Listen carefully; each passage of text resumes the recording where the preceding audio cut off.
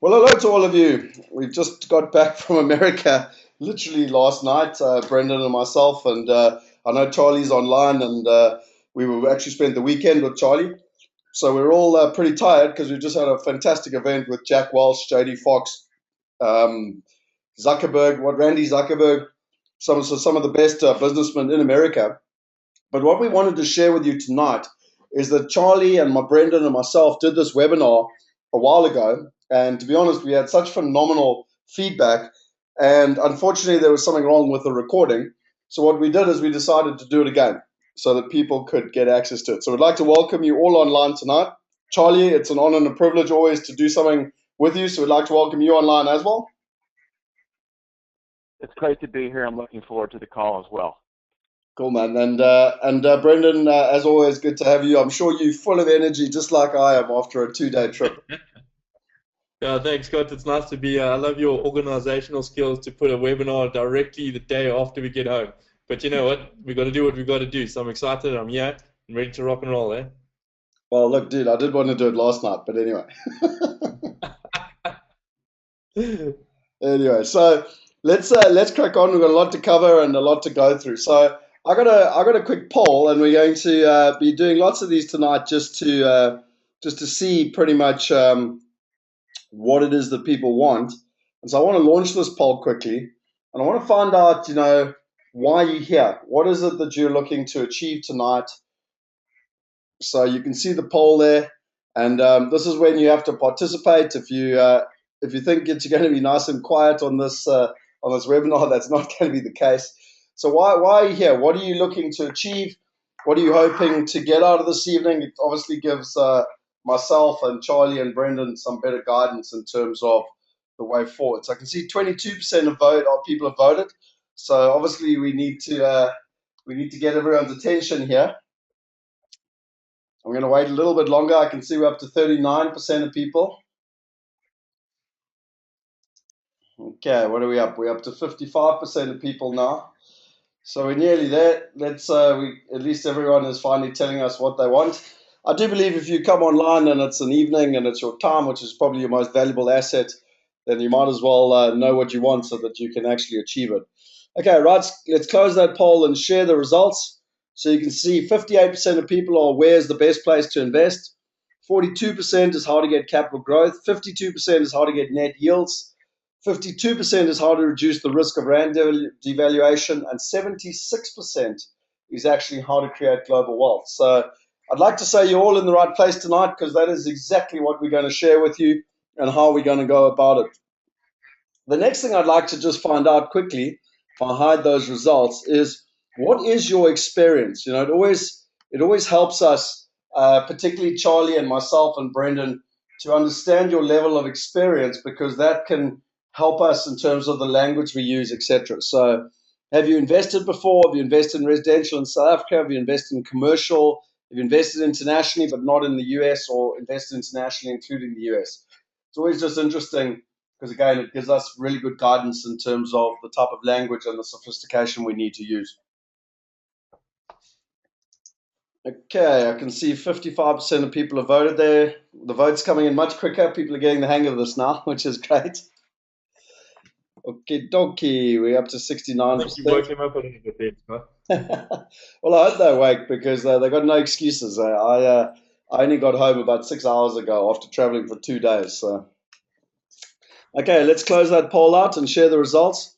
So 15% have not invested before, 51% have invested in residential in South Africa, 13% have invested in commercial in South Africa, 3% have invested internationally, and 18% have invested internationally, including America. So that's very interesting. Okay, so if let's move on now. You should be able to see my screen there. Brendan, can you see my screen?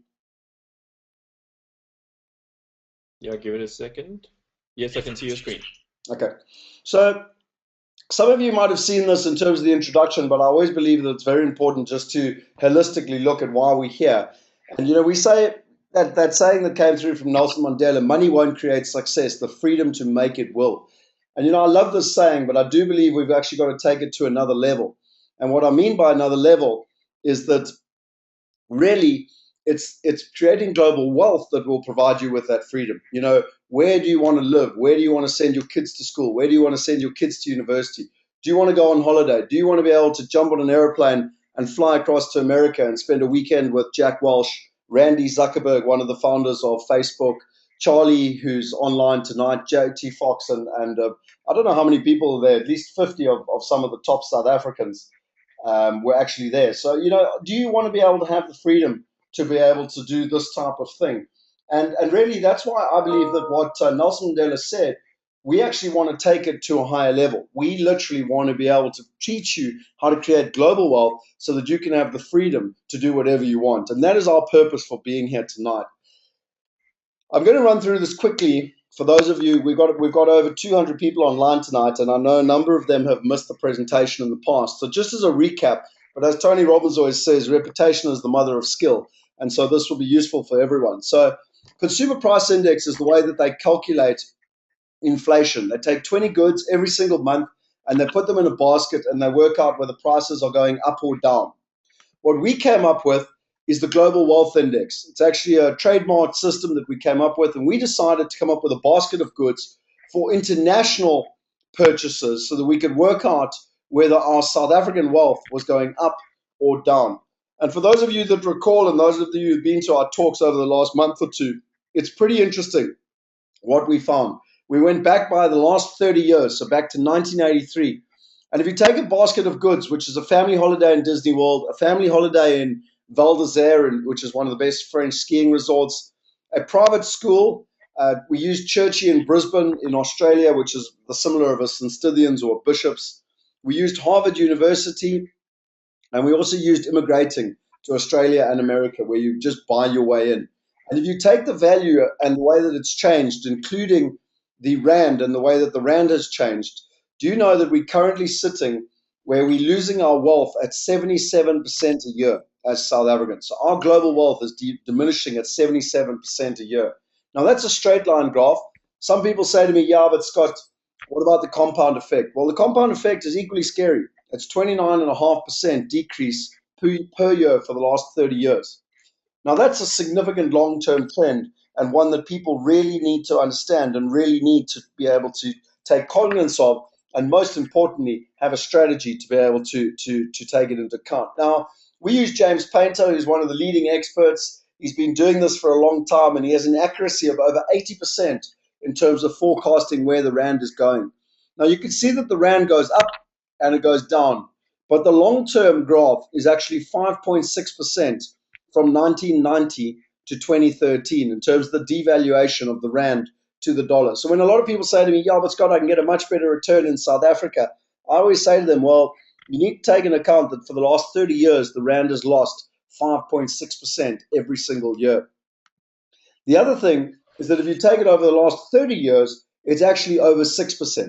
So if I'm getting a net yield in South Africa of 15%, I can effectively get a net yield in America of 9% because the devaluation, if I'm trying to compare an apple with an apple, and it's something that people have to take into account. Now, James Painter, I have mentioned him. We've got a lot of research from James, and we've worked with him for a long time, and he's actually written an entire chapter in our book, Chapter 2. And as I said, he's had an accuracy of over 80%. And what he does is very much like weather patterns. The weatherman is not 100% perfect, but they've got a far better accuracy of knowing whether it's going to rain tomorrow or be sunny for us, and therefore we can plan our lives. And as I said to you, since I've been following him since 2005, he's had an accuracy of over 80%. Now in March, when we did a live event, there were 202 people there, and the rand was at 888. And he said that within 3 months, the rand would go over 10 rand to the dollar. And you know that 22 people took action, 180 sat on the fence, and unfortunately for them, he was right. The rand devalued by a significant number, and basically 21% to be exact. And a huge amount of us, well, not necessarily me and Brendan because we've got global assets, but a huge amount of South Africans lost a lot of wealth. In fact, one lady actually put 4 million rand into a CFC account, which is a currency foreign trading account, and then backed out and lost 400,000 rand in the space of about 2 weeks. Now, he reckons that we're going to between 14 and 21 to the US dollar. And if you are interested, I actually was looking at the report today. You see, I get the reports every single day. in terms of what's happening with the rand and where it's going. And I'm not going to go into it in a huge amount of detail, but if you are interested, I'd really just implore you, just put in rand report and one of our asset managers can get back to you. So just put in rand report and we can send you the latest rand report. So if you are interested, but unfortunately for us with the rand, it's not exactly looking hell of a positive in terms of where we are going in terms of the future. And if you pick up the business day, literally this morning, it talks about what's happening with the rand, the fact that our current trading deficit, we need about $18 billion a month to come in. And in the last 3 months, we've had $6 billion. So unfortunately, again, this is not a rand webinar, but the statistics are not looking hell of a good. Now, we did a webinar about 3 months ago for our current clients where we showed them what they could do to counteract this. And you're not supposed to be able to see all these numbers, but we came up with 5 scenarios. I just showed you the depth of the model that we built. I prefer to use graphics because it makes a lot more sense. So I don't believe that having my wealth measured in rand is at any point whatsoever, because everything is based on global wealth. So if I put R1 million in the bank today, by 2043, which is 30 years from now, I'll have a net asset value of about $250,000.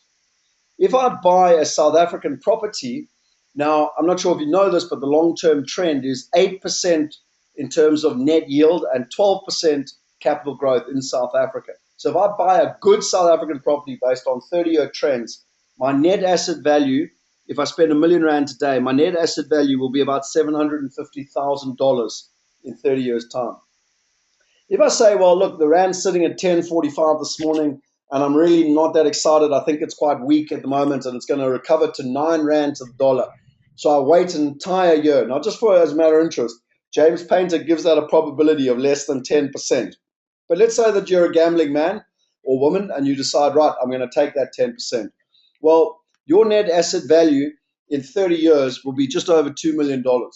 However, if you buy that property today, a good American property, and you benefit from the passive income over the last 12 months, and then that income has a compound effect for the next 30 years. Even though you buy it at 10 Rand 45 to the dollar, you will literally have a net asset value of 2.2 million, or another 10% in 30 years. And finally, if you get finance, which is the entire crux behind this webinar tonight, you buy a good American property based on 30-year trends, you will actually have a net asset value of $4 million. Now, I had a gentleman write me an email today, and he said, Scott, people must understand that finance and leverage is not all upside. Completely agree with you. It's as exciting on the upside as it is dangerous on the downside. You need to understand leverage. You need to understand loan to values. You need to understand how to manage your risk. But I will say one thing. You don't need to be a rocket scientist if you can fix your interest rate and you're getting a net yield which is above your interest rate. And we're going to go in, and that's why I'm so excited to have Charlie online tonight, because the reason that people get caught out is that they overgear themselves, they over-leverage themselves, then interest rates rise, they buy at the absolute capacity when the interest rates are the lowest they've ever been. As an example, England, they're the lowest they've been in over 300 years. And then interest rates go up, and then they find themselves underwater, and that's when disaster strikes. But if you can fix your interest rates, then you can manage your variables, and then you need to make sure you're finding the right partners where effectively your income will cover your finance. So I very much agree with Paul, who wrote me the email today, and that is the philosophy, but it comes down to sophistication that you need to understand in terms of the growth. So what does that actually mean? Well, if I leave my money in the bank in South Africa, it's 1,634% difference between buying a good American property and leaving my money in the bank. And the difference between putting my money into a good South African property and a good American property is 439%. Now, if you take 77% a year, it equates to 2,300%. So if you just buy 5.2 good American properties, or let's call it 6, just for simplicity's sake, then you will mitigate the problems of our rand devaluation and the degradation of our global wealth. And that is why we're here tonight and what we're all about. People say to us, where do you invest and how do you invest? I'm not going to go into this in a huge amount of detail, but we created a 4-dimensional model with Clem Santa. It's a sophisticated system to help you actually decide. most of us try and invest with gut feel, and that is why we come short.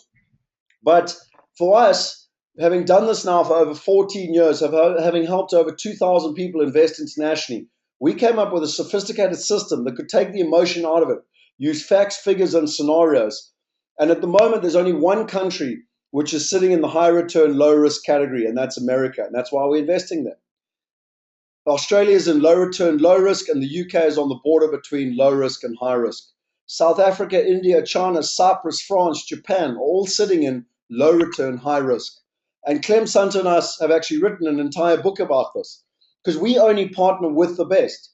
So for those of you who don't know, Clem Sunter is one of the top 3 most respected businessmen in South Africa. All of you. What's that, Brendan? No, I don't know what happened there. There seemed to be a loop on my sound for a second. I think it's the internet. We have a storm here in Joburg. Okay, no worries.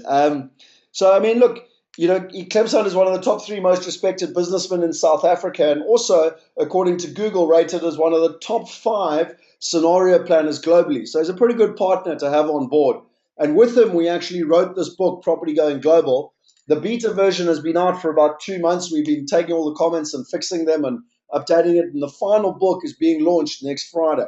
So if you really want to understand this in a lot of detail, we've got a 300-page book which goes into the science, the philosophy, the techniques, the success and the failures of how we've done it. But people say to me, why America? And you can get really caught up in all the macroeconomic fundamentals. You can get caught up in quantitative easing and whether that's good or bad. But I like to look at it just at a simple level. Take this house that we bought in October last year for $85,000. It's a 4-bedroom house. It's currently valued somewhere between $120,000 and $130,000. But the interesting thing for me is that this house, to replace it if it burned to the ground, would cost over $200,000 to rebuild this house, and that's excluding land. Therefore, even at today's value, I'm buying it at 40% below replacement cost, which gives me a hell of a good idea of intrinsic value. Now, if I compare that to London, where property prices have been the highest they have been for over 4 months, the highest they've ever been in UK history, then just like a share or a property, if I buy something at a discount, then I can mitigate the risk far more than if I'm buying it at full value. And the second most important fundamental I look at is the net yield. And we're buying net yields of 8 to 13%. Now, Charlie's going to show us just now how we can get financing in the region of 6% fixed for 15 years. And that, to come back to Paul's comment, is really, really important because it shows someone sophisticated how they can mitigate that risk. And we can get loan to values. It's quite a new thing, but we can get loan to values of 50% and sometimes even as high as 80% if investors know how to manage the risk and what it is that they're doing. Tanya said, how does one get property going global? Because I've registered on the website you gave us and I'm still waiting. Tanya, as I said to you, we're literally finishing the last couple of final edits. I want it to be perfect. And the launch date is next Friday. So we will be letting everyone know.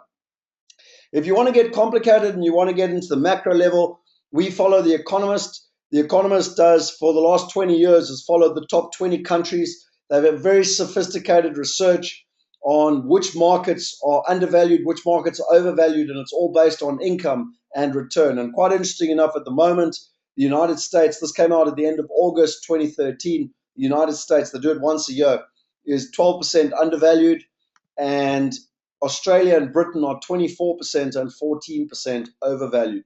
Now, this is the backbones of the GPS. This is the fundamentals, and literally from a risk component, there are 4 major fundamentals. You've got economic risk. Now, this is the economic risk which takes into account the countries, everything to do with their economy, where they are based on the global economy. Again, I'm not going to go into this in huge amount of detail, but this is all based on Clem Sunter's scenario planning. The value of the property discount, this is the intrinsic value. It's the second fundamental of property. The third fundamental of property is population growth and supply and demand. So you need population growth. If you take a place like Japan that's gone from 120 to 100 million, their property that basically collapsed in the early 1990s and never recovered because the population was declining. But if you take Europe or England, their population is aging. And so they've got a major, major problem. Whereas somewhere like America or Australia, actually has the population. It's young and it's growing, and that's important. Supply and demand, it's very critical. One of the reasons the American market crashed was that they had 10 million properties oversupplied. You had Cyprus, you've got Ireland, you've got Spain, all markets where they were hugely oversupplied and have never recovered. The reason that America started to recover is that with their population growth in the last 6 years, they've managed to absorb the inventory and ultimately have started to make progress. And then the last one is rule of law, and a lot of South Africans don't take this into account. But to be honest, I was sick and tired of not being able to get rid of my tenants legally. I was sick and tired of the law not protecting me as the property owner.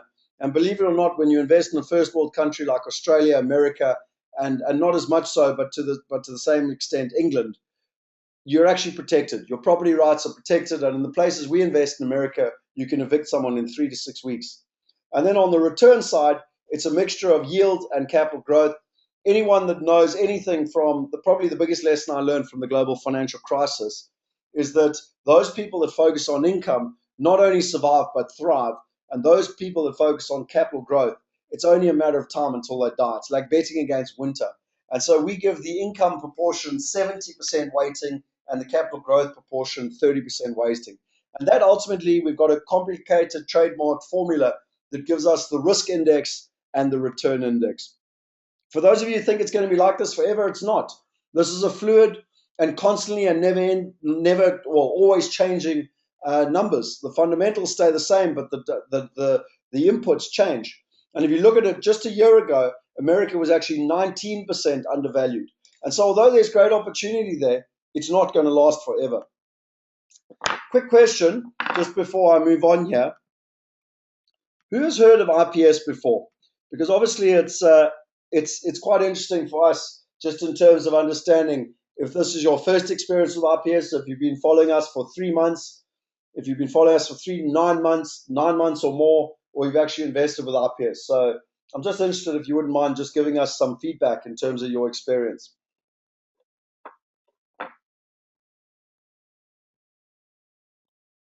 Okay, I can see about 50% of people have voted. I'll just give you a little bit longer here.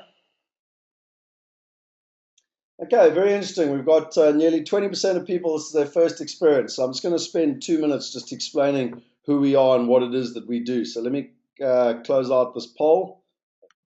You can actually see here, if I share the results, 17% first experience, 8% have been following for 3 months, 31% 3 to 9 months, 33% 9 months or more, and 12% have actually invested with us. So I just want to explain very quickly.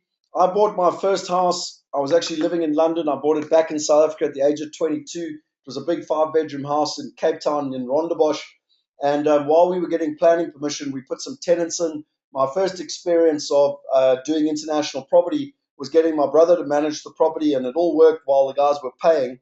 But when they stopped paying, I asked my brother to go and debt collect, and he said, "But I'm a doctor, not a debt collector." And so that's when I realized how difficult it was to actually invest, internationally without having the right partners. But we ended up building 6 townhouses in Rondebosch. You can see them here. We bought our first house in London at the age of 24. It was actually this house here. It was on a lovely green, and it's in Wimbledon. And very interesting, a lot of my friends said to me, Scott, it was you can see the date there. It was March 2002. It was just after September 11th. And a lot of my friends said, well, basically what's happened is England's going to go to war with Afghanistan. Oil prices are going to go up. Inflation's going to go up. Interest rates are going to go up. And you're going to be caught with your pants down. Well, we looked at a lot of property. We looked at the fancy ones up on the hill that the girls would have been hell of impressed by, the 2-bedroom bachelor pads. But I finally persuaded my friend to buy a 3-bedroom house that we could put this conservatory on for £20,000. We immediately turned it into a 5-bedroom house, which meant we were net positive income over £1,000 per month. And we decided that that was sufficient, no matter what happened in the market, that we would be able to ride the storm. And it was a very big lesson I learned right from a young age, that you can get very much caught up in quantitative easing, the macros, what's the Fed going to do, what's going to happen to interest rates, what's Zuma going to say next, or you can just focus on the fundamentals of the property investment. Are they sound? Do you have a sound rental strategy? Do you have a sound income philosophy? Because if you've got that, then you can mitigate the risk. And interesting enough, on this property, by just spending £20,000, we raised the value by over £60,000 we were able to refinance, which is exactly why we got Charlie online tonight, and start building our portfolio. We bought one property every year from 2002. The first property we bought the first home that I tried to build was back at Atlantic Beach in 2004. You can see this big 5-bedroom house that we built at the end of the first green, had beautiful views of Table Mountain, beautiful views of the ocean. It was going to be our dream home that we were going to move back to.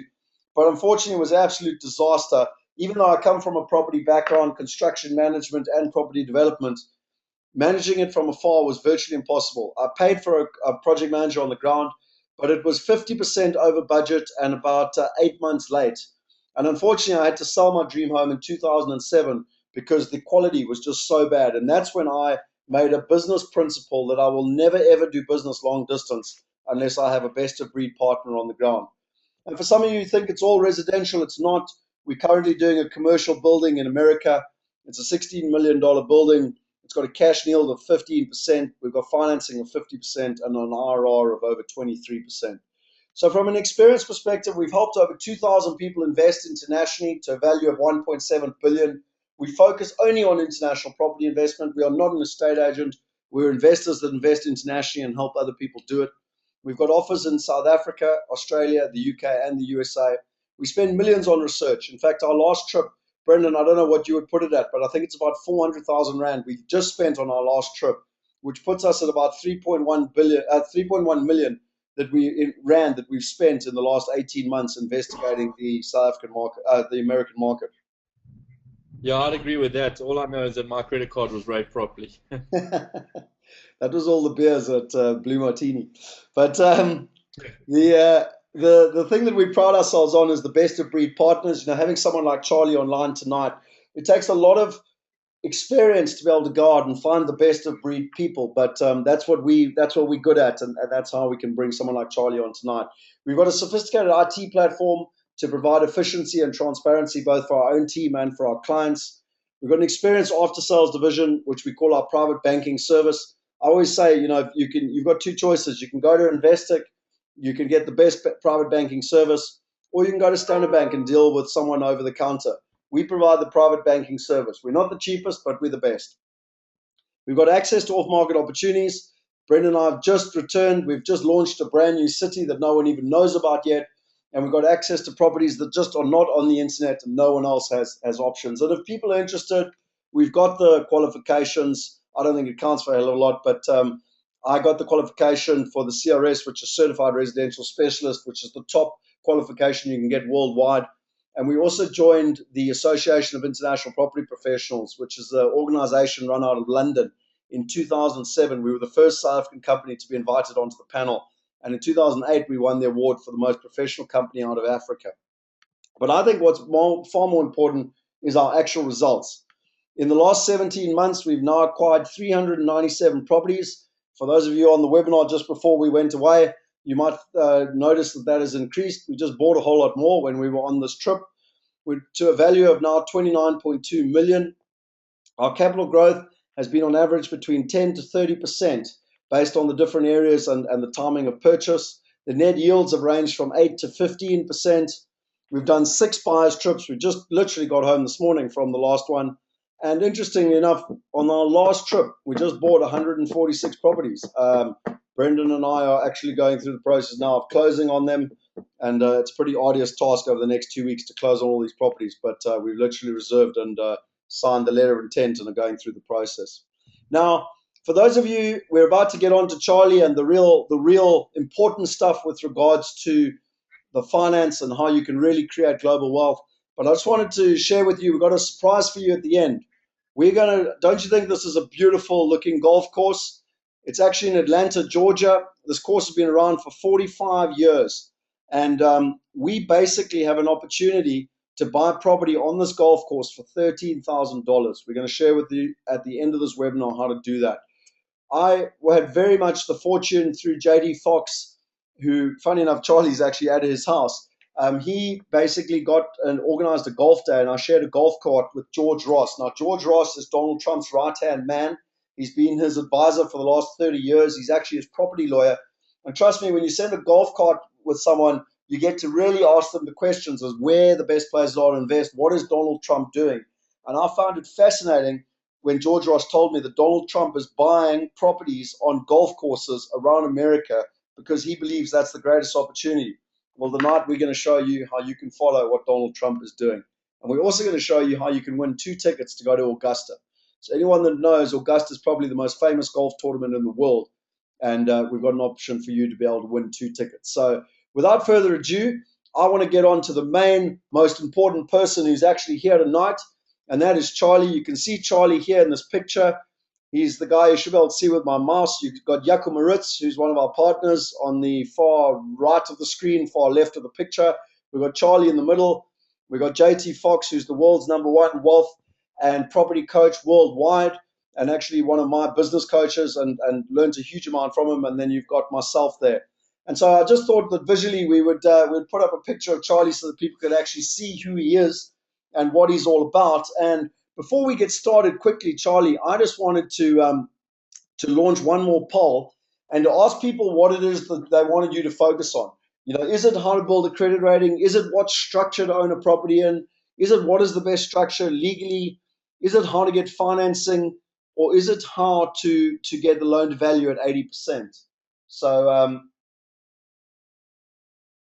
okay, what's going on here? You should see it up there, so I can see people are voting. We've got their attention back now. This is obviously That's a very interesting poll you put up there, Scott, because I want to know about all of it. So I just check all the boxes. No, fair enough, but it just helps Charlie in terms of time. Obviously, you know, he's a very busy man, and you know, I just want to know which ones people are particularly interested in. We can spend more time on them. Fantastic. Okay, so I can see about 70% of people have voted here, so I'll leave it for just a little bit longer. Okay, let's close out that poll. So, Charlie, you should be able to see now up on the screen, well, if you can't, I'll read it to you quickly. 35% of people are interested on how to build a credit rating. 49% is what structure to own property in. 40% is what is the best structure legally. 67% is how to get financing at 6%. And 53% is how to get a loan to value at 80%. So without further ado, I actually want to move over to Charlie. And Charlie, just before we get into the questions, please can you just explain a little bit about yourself, who you are, what is your background, how did you get to know the knowledge that you know, and you know, so that people understand who it is that you're sharing this information with. Well, good evening, everyone. My name is Charlie Dombeck, and I've been a practicing CPA, which is the equivalent of a chartered accountant in your country, for about 25 years. I started my career at Ernst & Young, which is one of the large international accounting firms that, of course, has a presence in every major city in South Africa. I worked 9 years in their estate and tax department. During my tenure there, I spent most of my work in 2 fields. One was real estate taxation and asset protection for real estate investors, and the other was in healthcare. And so those are my areas of core expertise. I worked in and out of public accounting for virtually 25 years. I've owned and operated my own financial firm for about 6 years, and we focus on 2 industry niches: full-time real estate investors and dentists. That's the predominance of our client base. And we're essentially experts at advising clients both internationally and domestically on how to structure their investments from a legal perspective and how to structure their investments both from a tax perspective. And we're very good at helping our clients obtain financing, whether that's a client here in the United States or whether that's an international investor. So tell us, Charlie, from your perspective, one thing that I find very interesting, again, is that I've had experience in the past where I've worked with someone who's really wise, really intelligent, but they're a kind of a one-man band. And unfortunately, that doesn't really work for me, because the next thing is you're on holiday and then all the wheels fall off. What type of infrastructure have you got in America? One of the things that I wanted to address when I formed my firm several years ago was all of the shortcomings that I had identified relative to how clients get served by their financial professionals. If you think about your financial team, you typically have an insurance agent, someone that manages your money in the traditional financial markets, an attorney, and an accountant. One of my observations is that the accountant and the attorney typically don't communicate well with one another. You get advice from your attorney, you go to your accountant, he tells you to do something entirely different.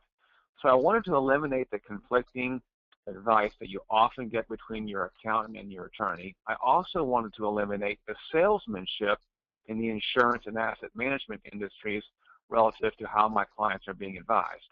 So I wanted to ensure that my clients got a consistent set of advice across both the legal and accounting disciplines, and they got the absolute best independent, unbiased advice when it came to advising them in their banking, insurance, and financial planning environments. And so what we do in my firm is we combine best practices in the fields of law, accounting, financial planning, and insurance, as well as banking and debt management. We don't sell anything to our clients. We don't sell insurance. We don't manage money. We're not a lender.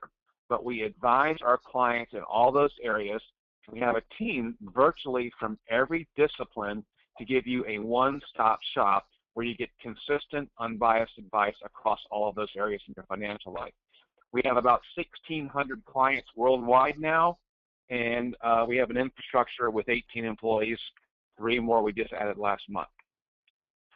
And the other thing that I find fascinating, Charlie, is that, having dealt with some of the best accountants in South Africa, and I think some of the best accountants in America as well, what I was really struggling with and what Brendan and I were getting extremely frustrated with is that we couldn't find anyone that could bridge the gap and be an intelligent advisor in both South Africa and America, bridge the gap, basically.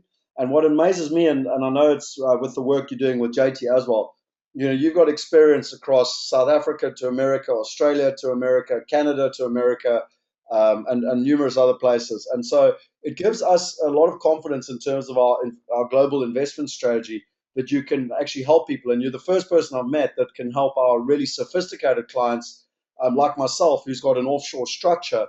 And I want my offshore structure to own my assets in America. And up until now, we haven't been able to find an American person that could do that. So I found it very interesting that you've got that cross-border experience. Well, that's right. And as you know, Scott, I've been to South Africa now 5 times. I've been to Cape Town, Durban, Johannesburg, virtually 5 times in the last 6 months. I travel to South Africa once a month now to work with my clientele, as well as to assist others.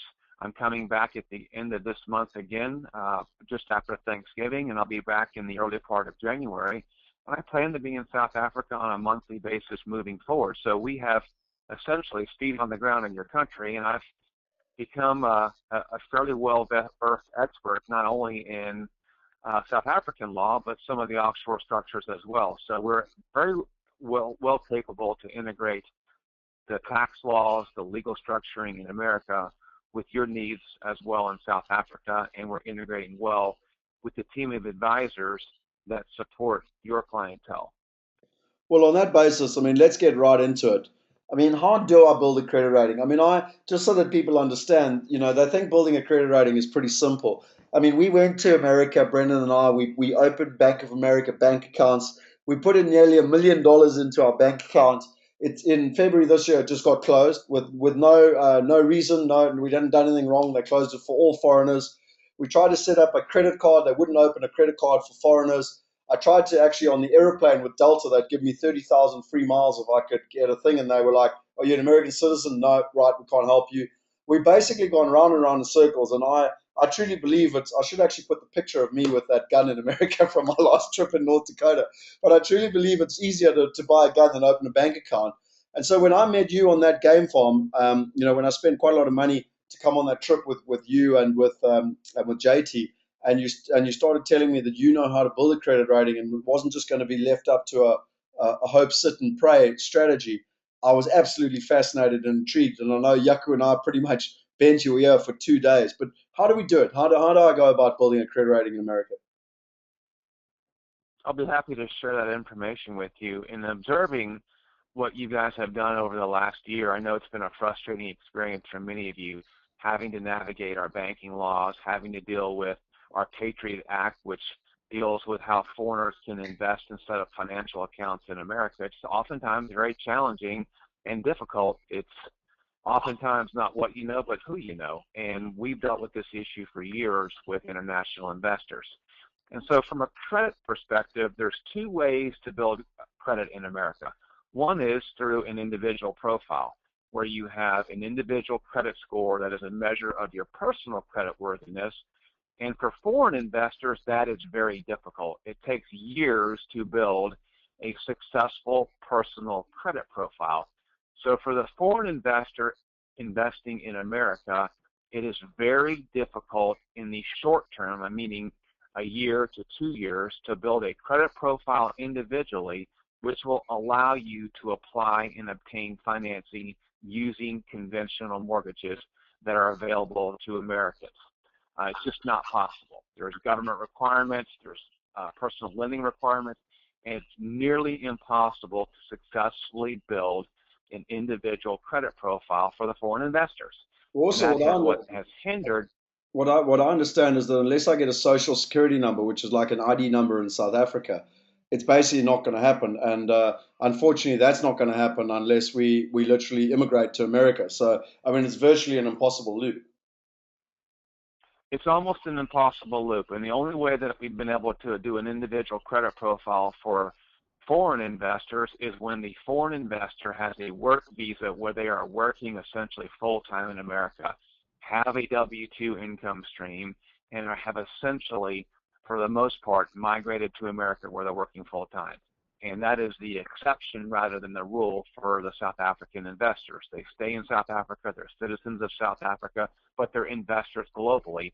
And that process is not going to work for your client base. That's clear. So the other way to build a credit profile where the foreign investor can have access to low-cost credit is by using your business structure as the borrowing entity and building a credit profile under the entity structure that is holding title to the physical assets, the real estate that you're buying in America. So there are credit reporting and credit clearing houses in America that are geared strictly to working with businesses, not individuals.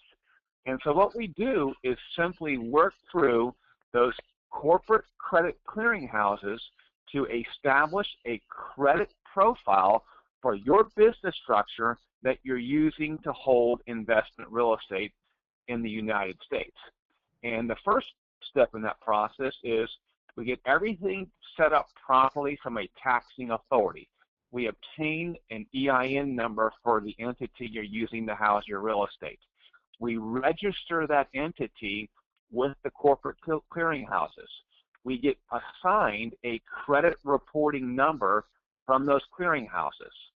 Once we have that credit reporting number, we're able to build credit history under that entity or business structure that gets reported back to that credit reporting number. The first step in that process is to register your business from a telephone perspective so that there's a way to get hold of your business. Secondarily, we go out and establish some very basic trade lines of credit with 4 or 5 vendors that are set up specifically for the purpose of establishing low-level supplier credit. And these are typically organizations in our country like Home Depot, Lowe's, which are home improvement companies, the office supply companies like Staples, Office Max, Office Warehouse.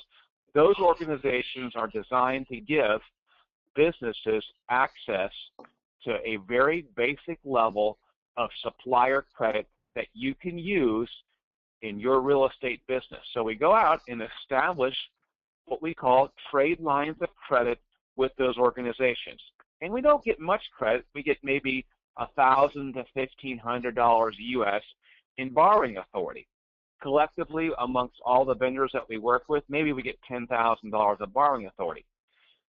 You can use those accounts, say for example the home improvement supplier credit, to authorize your property manager to do home improvements or repairs on your properties. You can buy through a catalog office supplies that you would normally need as a business owner.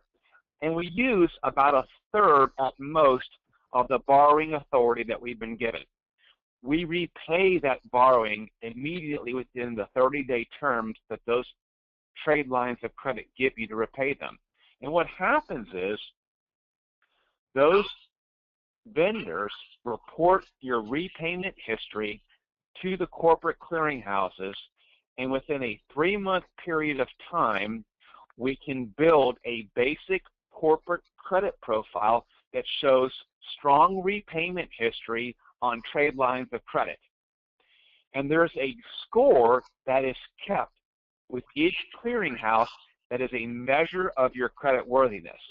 So after the first 3 months, we then go out and obtain corporate credit cards in the name of the business that you're using to house your real estate.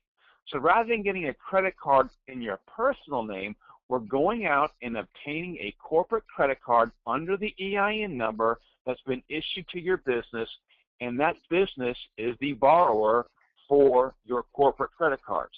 And typically at the second stage of application, we're able to get about $50,000 of corporate credit cards. And again, we use those corporate credit cards over a 2 to 3 month period very sparingly.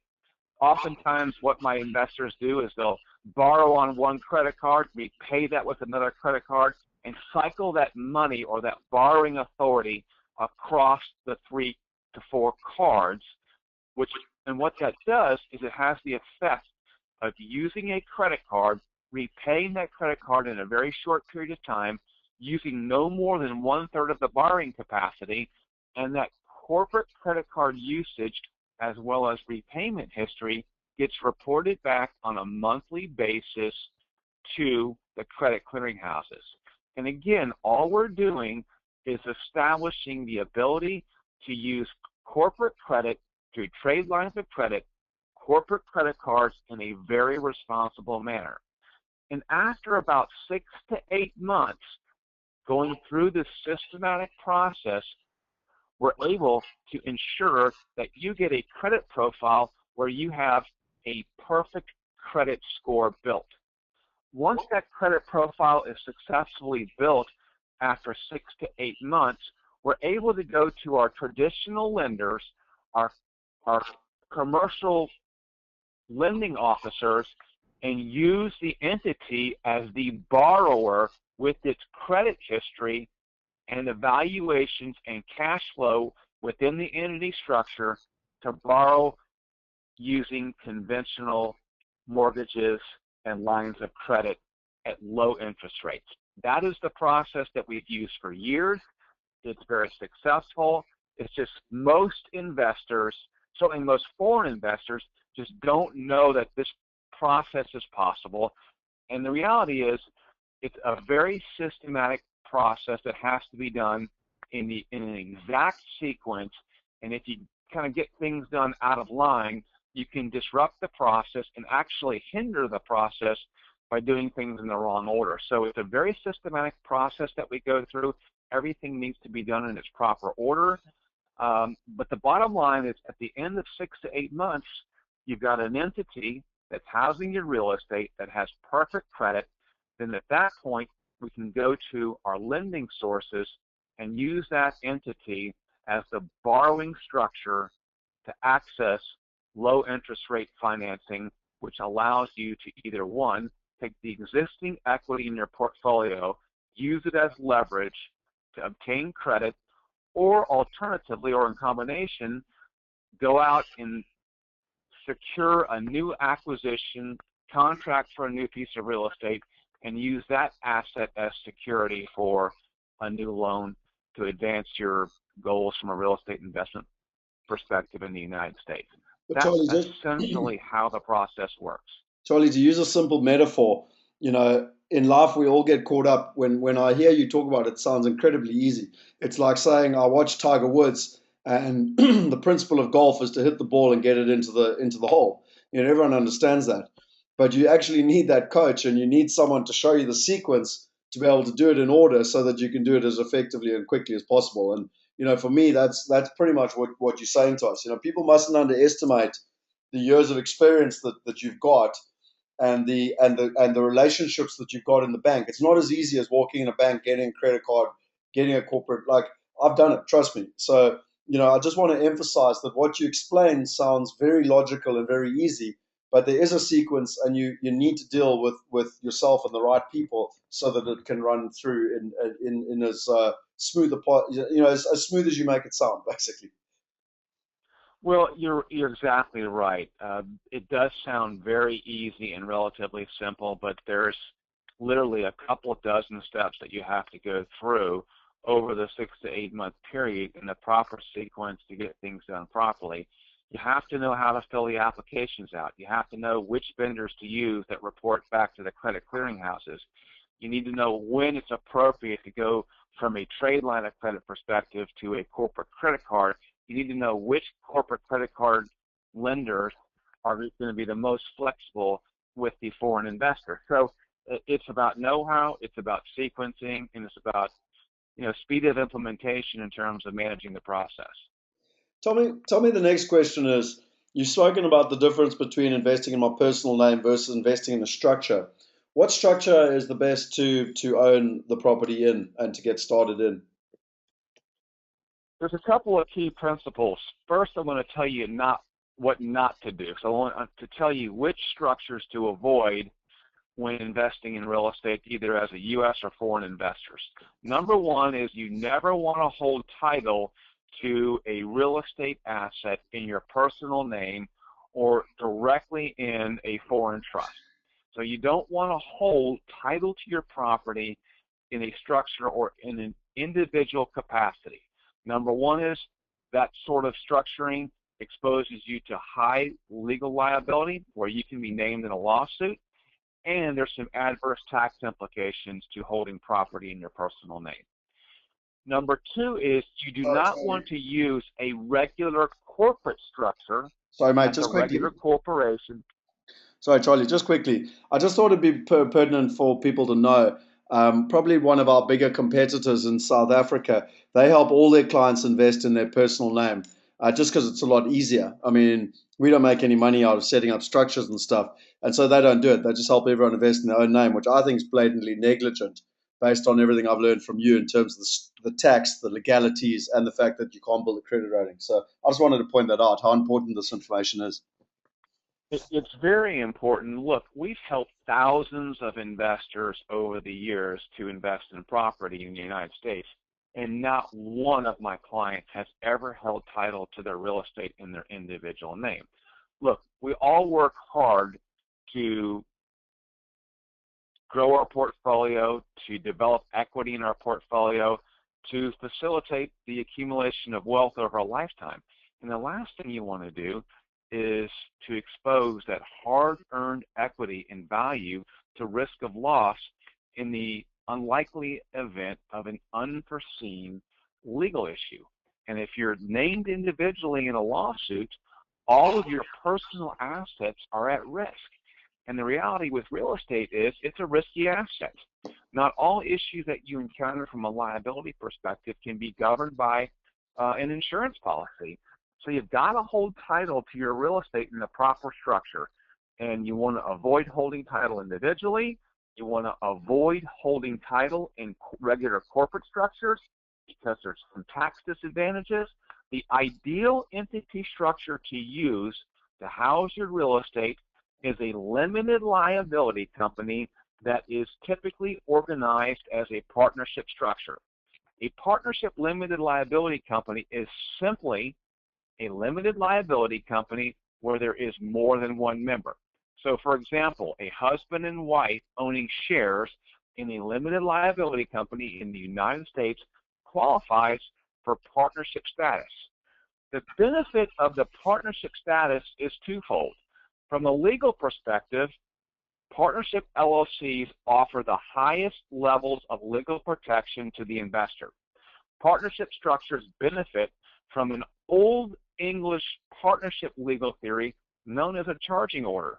And what that legal theory says is that in the event that any one partner in a partnership structure gets sued, the underlying assets in the partnership structure cannot be used to satisfy the legal claims of any one individual partner. That is very, very powerful asset protection language. And if at all possible, we want to, as investors, avail ourselves of the benefits that come with that old English legal theory. And that English law theory dates back to pre-colonial times, and it's embedded in every state's statute from a legal perspective in the United States. So when we form our structures for our investors, we use partnership limited liability structures to house our real estate investments. And from a tax perspective, the income that is generated on the real estate side passes through the partnership and actually gets taxed to the individual investor or the individual partner in proportion to their rate of ownership or proportion of ownership. So partnership limited liability companies are considered, from a tax perspective, flow-through structures where there's essentially no double taxation of income. Real estate income in the United States is a very favored form of income from a tax perspective. It enjoys tax benefits that other forms of income here don't. It's considered passive income. Passive income is subject to low ordinary income tax rates, and when the asset is sold, for example, if you sell your real estate and you hold it for more than a year, you're subject to very low capital gain rates. And if you use other structures besides partnership limited liability companies, potentially you overexpose yourself to other forms of taxation. So the partnership limited liability company is not only the ideal structure from a legal perspective, it is the ideal structure from a taxation perspective. And that rule of thumb holds true not only for South African and other foreign investors, but it also holds true for American investors. My domestic United States investors all use partnership limited liability companies to hold their very valuable investment grade assets, whether that's real estate or stocks, bonds, mutual funds, or shares and other structures. Tell me, Charlie, the next question we get is, what is the best structure to reduce, tax? Now, most people know that I've spent over 250,000 Rand with Grant Thornton, one of the top 5 accounting firms in the world. I know that I've also organized a meeting with you and Ian Scott, who's the senior managing partner. And so you've already touched base in terms of both the common expertise and professionals. And you've already spoken about the structure, but just from a tax perspective, have we covered that, or is it pretty much based on South Africa and America? The LLC and the partnership, is that the way to go? And what happens if I own a trust in South Africa, and can I use my trust to own the LLC in America? Yeah, let me just reiterate the points there from a taxation perspective. The lowest cost tax structure to hold investment real estate for South African investors is a partnership limited liability company. Number one is real estate enjoys special tax benefits. The income is passive in nature. You get depreciation deductions.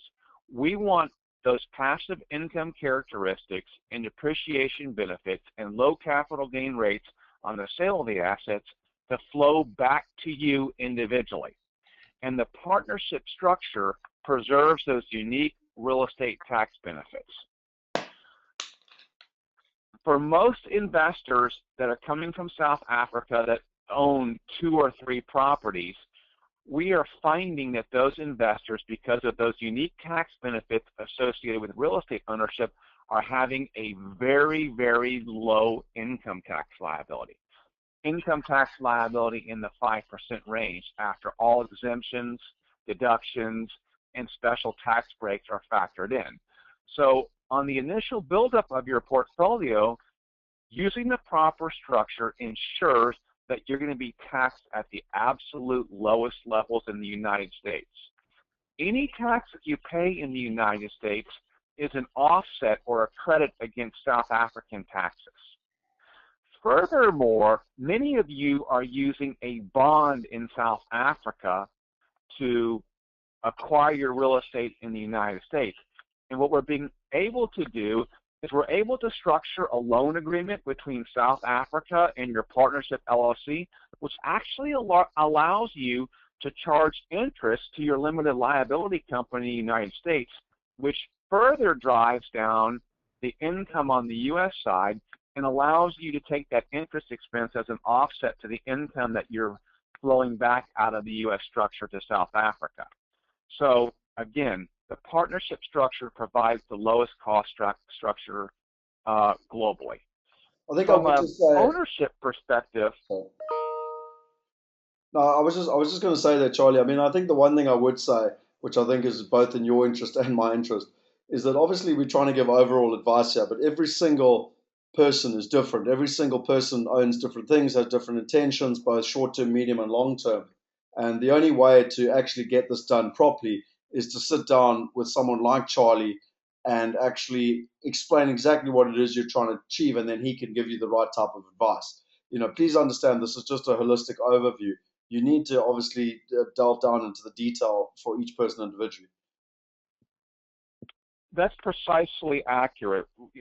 This is not a cookie cutter, one plan fits all. For example, many of my investors from South Africa have South African trusts.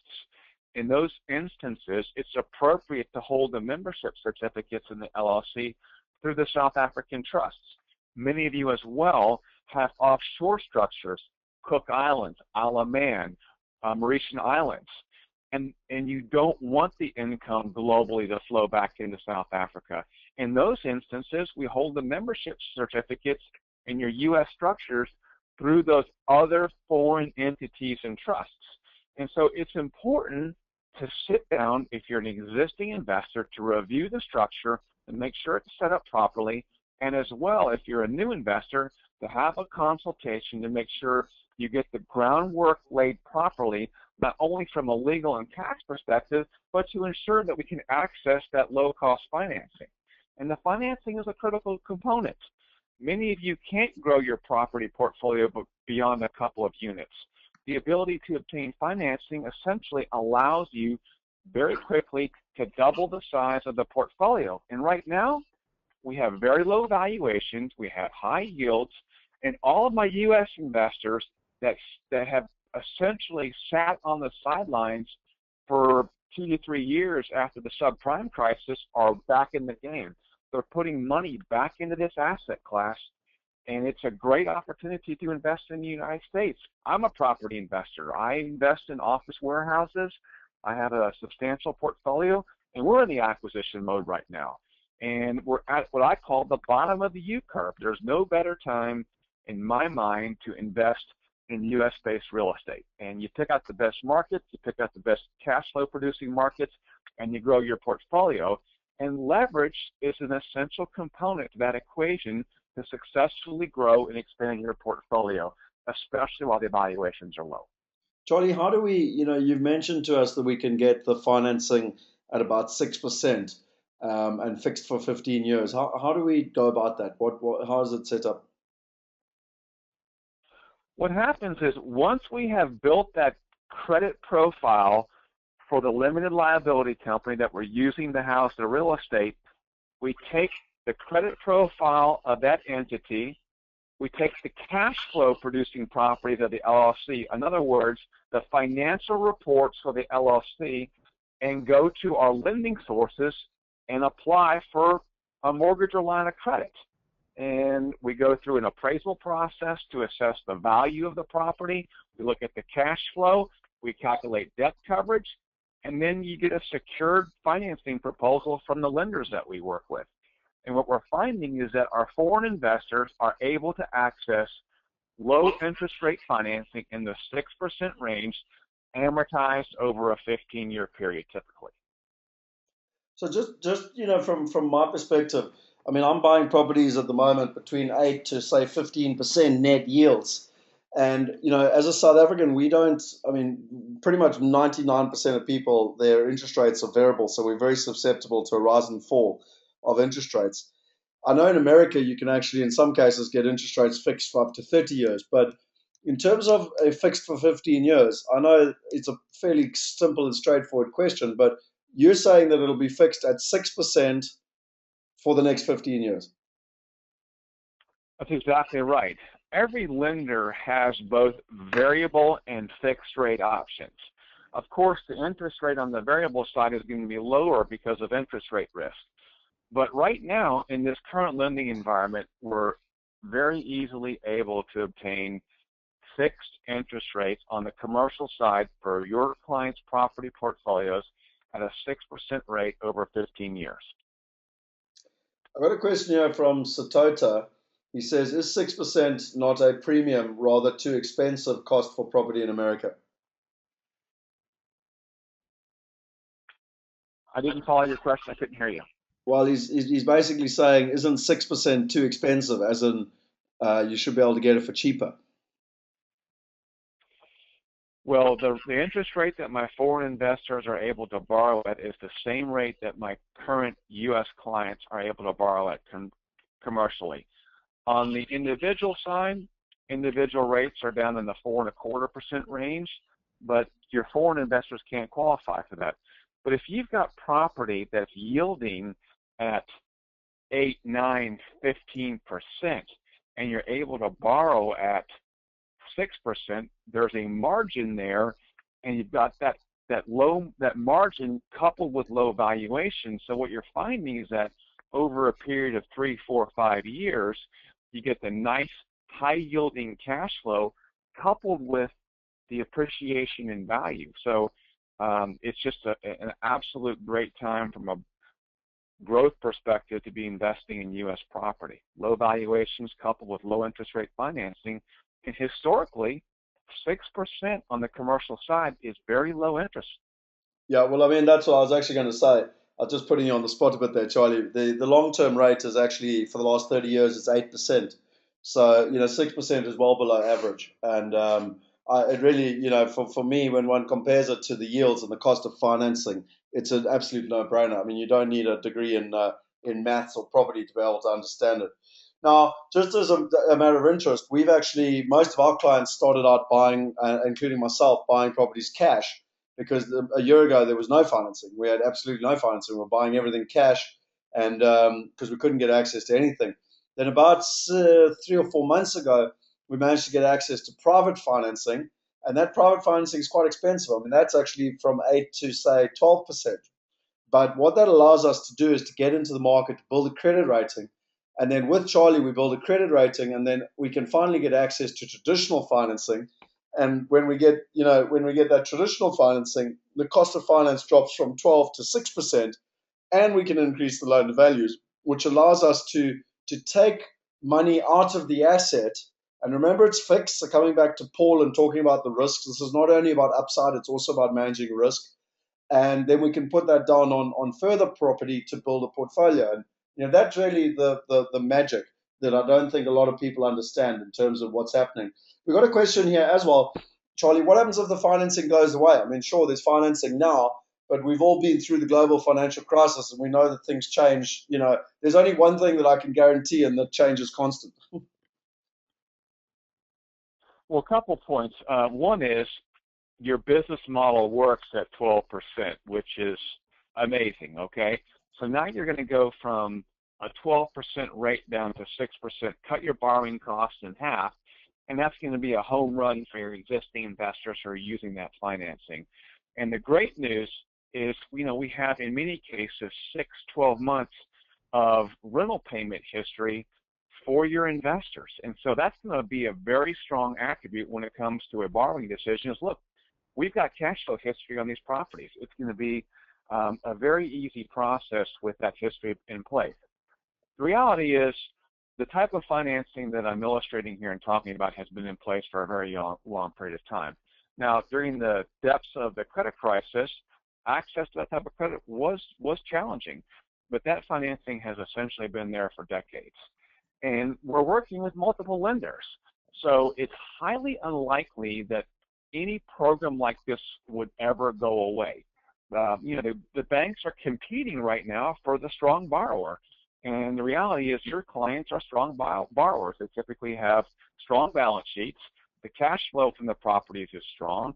And you've got good valuation. And so lenders are competing. Lenders are lending out money right now. And we've got multiple lenders to work with. We do have a set of preferred lenders that we like to work with. But the reality is this financing is not going away. It's here on a regular basis. It's a very strong lending environment right now. And my advice is to take advantage of the borrowing opportunities that exist today and the low valuations that we're seeing essentially across almost every major market in America. And I think, I mean, just to add to that, you know, I always say at a simple level, although people always try and complicate things in life, but at a simple level, the way to succeed is to have the right information and the right partners. And I can pretty much guarantee you things will change. But between, you know, our team and Charlie and his team, you know, we will constantly be fighting because we're investors. So we're going to be constantly looking for solutions. And, you know, anyone that's been on our webinars for the last year will see how much we've evolved and changed, constantly looking for better alternatives. And, you know, even if the market was to completely change in a year, well, we're going to be doing the same thing in a year. So, you know, I think that's credit to yourself, Charlie. And between you and I, we're gonna be constantly working, molding, and adapting to make sure that we're getting the best solutions. You know. Tell me a little bit about this, the loan to value Absolutely. I as mean, high as we just 80%. respond. Sorry about that. I don't know if you asked a question, but essentially, you know, we've been in this business for a long period of time, and we just modify our programs to respond to changing economics and borrowing conditions. It's just as simple as that. No, tell us a little bit about this 80%. I mean, up until now, all our financing has been pretty much 50% loan to values. You've said that traditionally we can get, you know, 70, even possibly 80%.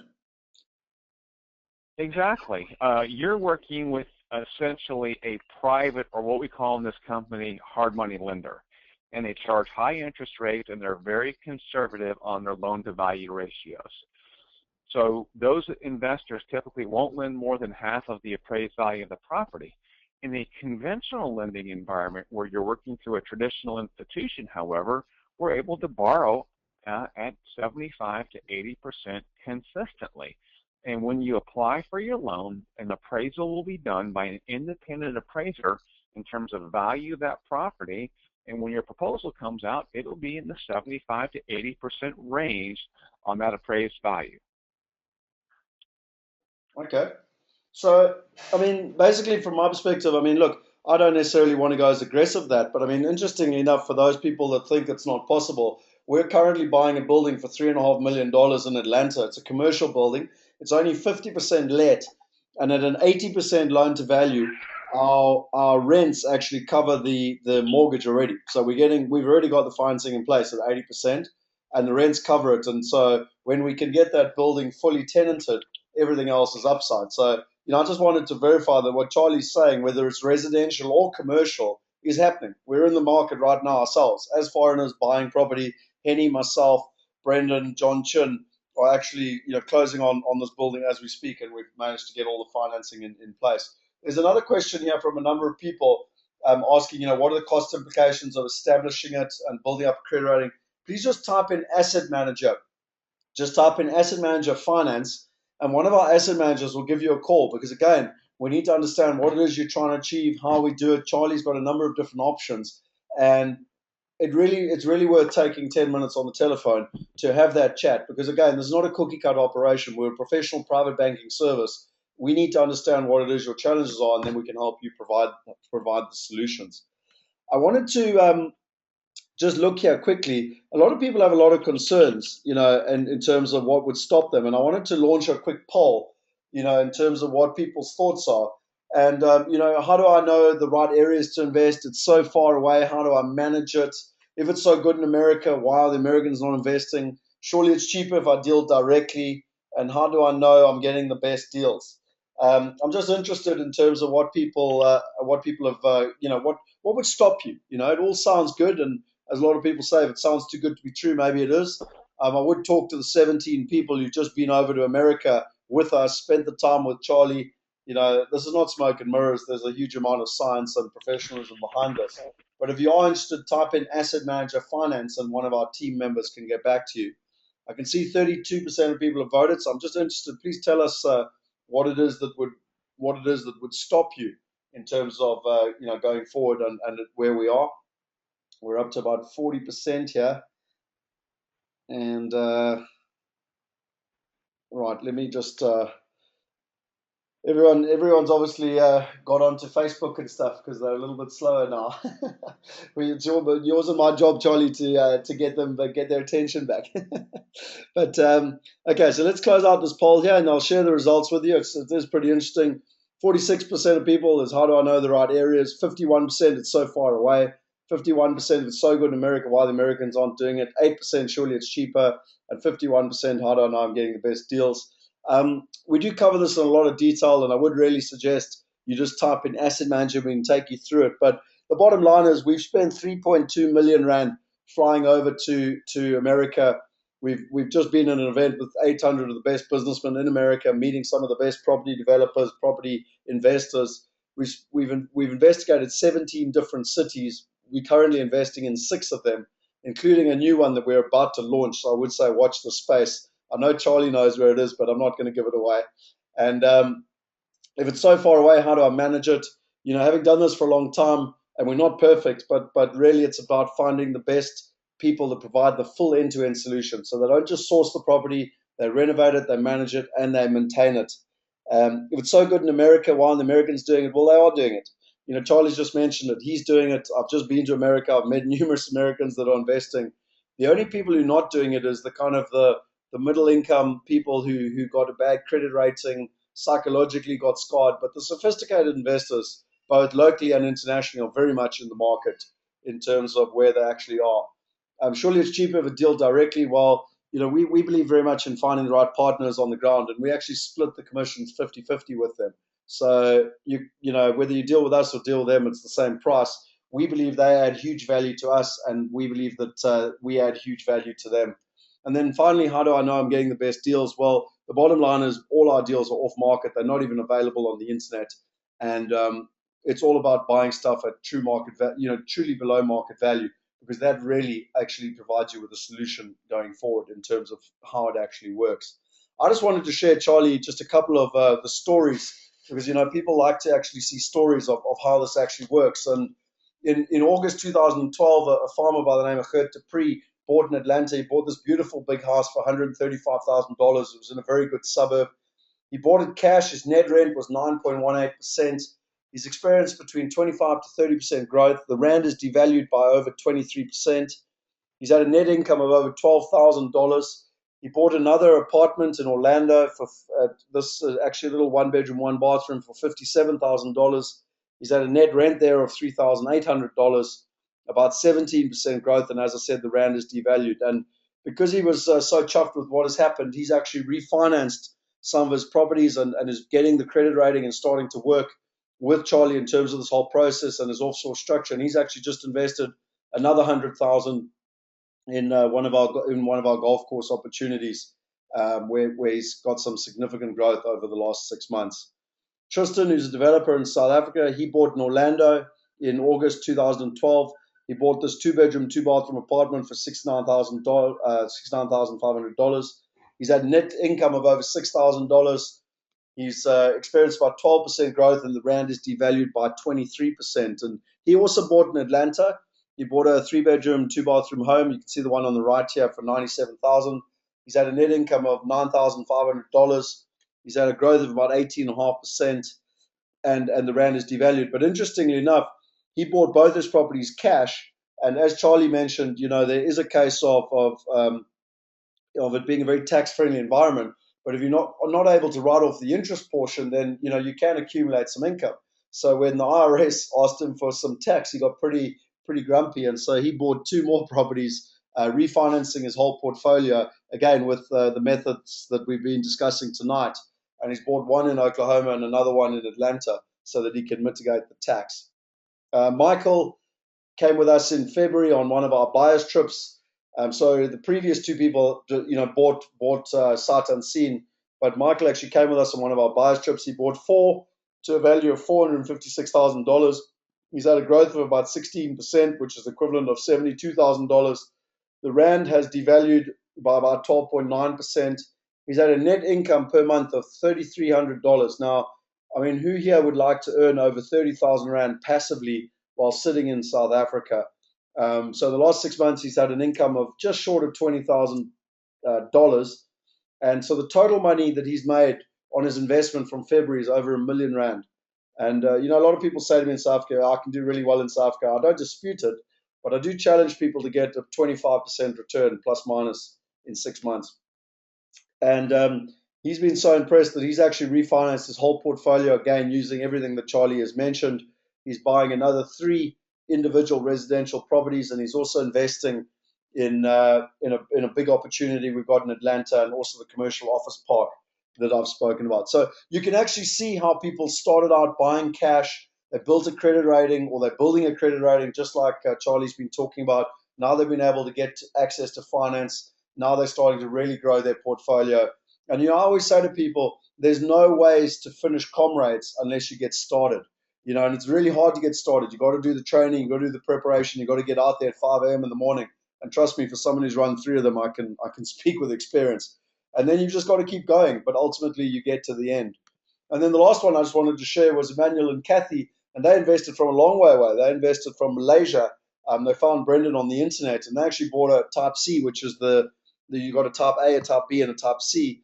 And it was $55,000, a 3-bedroom, 1-bathroom home in Memphis. It's got a yield of over 13%. And they actually came with us on our July buyers trip.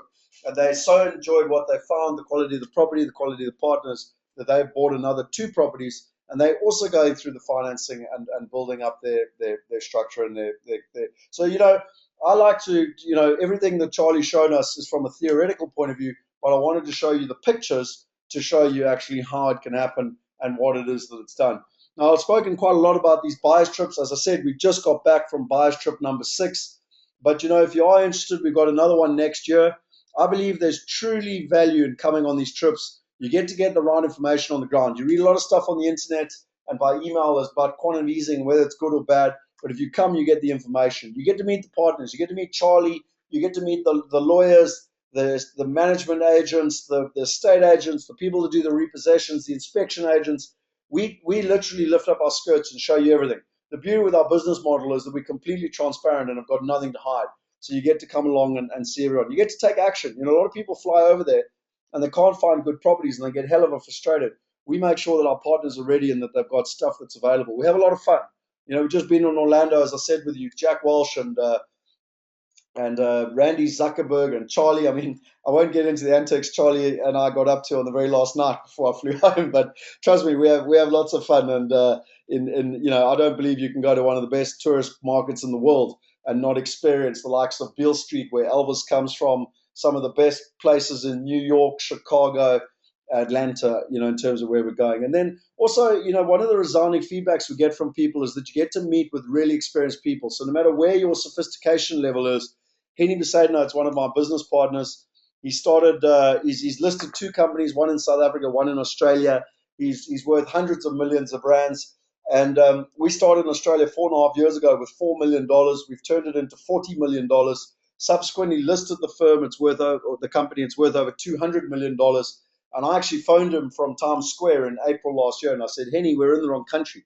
We need to copy the same business model. We need to get in America. And that's why we've been able to experience such rapid growth. And I can attest to the 17 people who've just been on the buyers trip with us now. They really enjoyed spending time with someone like that. If they were at the same level, like some of the people who are on the trip now, they were able to ask questions and bounce ideas and strategies, formulas. And if you're not at the same level, well, the fantastic thing is you get to grow and you get to learn from like-minded people. So the next buyers trip is from the 14th of March until the 23rd of March. So it is a while away, but at least it gives you lots of time to plan. So if you're interested, just type in buyers trip and we can actually send you the details. But personally, I would actually get started now. If I look at what happened from October 2012 to March 2013, I've actually got a spreadsheet here, and you should be able to see the spreadsheet coming up now. I call it the people's procrastination price. And I'm not going to go into it in a huge amount of detail, but the bottom line is you can see the numbers on the screen there. And when we started buying in America back in August 2012, after we had understood the market, and it was R8.11 to the dollar. The properties we were buying then were about $85,000. And so it was costing about just short of 700,000 Rand. In October, it was $886. They were about $95,000. So the price had already gone up by 22%. And we said to people, buy then, don't wait till February. Don't wait to come on the next buyer's trip. Well, by February 2013, it was 925. The prices had risen to $115,000. They'd gone up literally 54%, and people had lost out by 26%. And that's what I call the procrastination price. You can see what happened in April. You can see what happened in November. Currently, we're sitting today at 1045. That same property is costing about $130,000. Now, remember, replacement value is still $200,000. So you've still got quite a lot of value in terms of the intrinsic value. But, I mean, literally, if you were to wait till March next year, based on what's expected to happen with the rand and with the price of property, it's going to go up at least another 9 or 10%, which doesn't sound like a hell of a lot, but I'd like to know how many of you would like to waste 125,000 rand. That's the cost. Now, I'm not just talking semantics here. This is not some type of sales pitch. This is showing you exactly what's happened quarter by quarter since we started investing, based on the research that we got from James Painter, based on the trends in the market. And there's no reason why this trend is going to abate. And so I want to show you the cost of not necessarily taking action, sitting back and saying, oh, well, I'll just wait till next year. So what I believe is the best strategy is actually to start now and then come in March. So what most of our sophisticated clients do is actually get started. They buy 1, 2, 3, 4 properties, and then they can really test the market. And then when they come in March, Charlie's already helped them build a credit rating. They're already 4 or 5 months into building that credit rating. They're starting to get huge momentum. They get to come then understand the market. They know how the process works, and then they can really leverage from there. They can also, as I said to you, they can get the experience, they can build that credit rating, and they can create global wealth. So one of the best ways I believe to start is actually buying this property on this golf estate that I mentioned to you. I really, we had a whole lot of people come and look at it, and it's one of my favorite spots in Atlanta. It's been a golf course for the last 45 years. It actually went bankrupt during the GFC, and we were managed to pick up these properties without the bank knowing that the golf course has been rejuvenated. We met the owner. He bought the golf course in May. We bought the land in June, which is a fluke pretty much. But one of the reasons we did it, because anytime you ever want to make money in property, you have to be doing something that is different. And the property has been completely rejuvenated. They've spent over 200,000 Rand dollars just on the greens. I found it very interesting. They got a big billboard up on one of the major highways. And we literally have properties priced from $13,000 for 3,000 square meters of land, basically. This is not one of those things in England where you sit, hope, and pray, and one day you'll get planning or whatever. It's rubbish. These are fully serviced lots, and the prices are between 10 and 25% of replacement value. There's 3 exit strategies. Literally 3 ways that you can make money and then exit. And if you're interested in this, just type in land, and one of our asset managers will be able to get back to you. As I said to you, it is following Donald Trump's strategies, and we are launching this in South Africa. We have a launch around the country, so we're launching it on the 25th of November in Pretoria, the 26th of November in Johannesburg, the 27th of November in Durban, and the 28th of November in Cape Town. And we've got very limited opportunities, but I truly believe this is one of the best ways that you form that LLC that Charlie's been speaking about. You buy a small asset that allows you to start getting that momentum. You build the credit rating, and ultimately in 6 to 12 months, it'll give you the freedom to build, to rent, to buy other assets, and ultimately to get started. So this is the best way to get started and to create that momentum. And the nice thing is, a lot of people ask the question, well, I don't want to be involved in a golf estate. There's levies. There's no levies. There's no cost for 2 years. It's a once-off. You literally invest, and there are no levies. You can hold it free for at least 2 years. So literally it allows you hassle-free to just sit back, relax, and enjoy building a credit rating in terms of where we're going. For those of you who want to buy assets, this is one of the houses we bought in America. You can see the whole gang there. We've just got back, as I said to you. So if you're interested in the property, just type in asset manager, and we can get back to you. So if you're interested in land, just type in land. If you're interested in property, just type in property, and we've got various opportunities around the country to be able to get started. And as I said to you, the most sophisticated investors I deal with, I help them invest now, but they've got the intention of coming over in March. And for those of you who want to, you can also sit down with Charlie. Charlie, just give us those dates of when you're actually here in South Africa. I'm going to be here in the latter part, the last week of November. I believe I arrive the 26th, and I'll be there through the end of the first week in December. Okay. So again, if you would like to meet with Charlie, just type in Charlie, and one of my team members will set up an appointment so that you can sit with him. But as I said, our IPS team works exclusively with Charlie, and we can actually sit down and one of our asset managers can help set everything up in terms of that. So in terms of what's next, speak to an asset manager. Do you see this property here, this little one? Charlie, I'm not sure if you're even aware of this. This property is a $1.1 million mansion in Atlanta on our Golf estate. And as I said, $1.1 million. It was sold last year for $1.1 million. And we're picking up properties for between $13,000 to $25,000. You've got to admit that's a pretty good deal. So if you're interested, just put in your number. If you want to call our office, you've got the details up there. I can see lots of people have put in Charlie, they've put in land, they've put in asset manager, they've put in properties. So our team will get back to you. Book for the golf course launch. I'm going to send you out an email tonight. It will be on a first come, first served basis, and only our existing clients will be able to get access prior to the launch. Everyone else will need to be at the launch to be able to choose the best opportunities. And then lastly, come to our Billionaires Ball.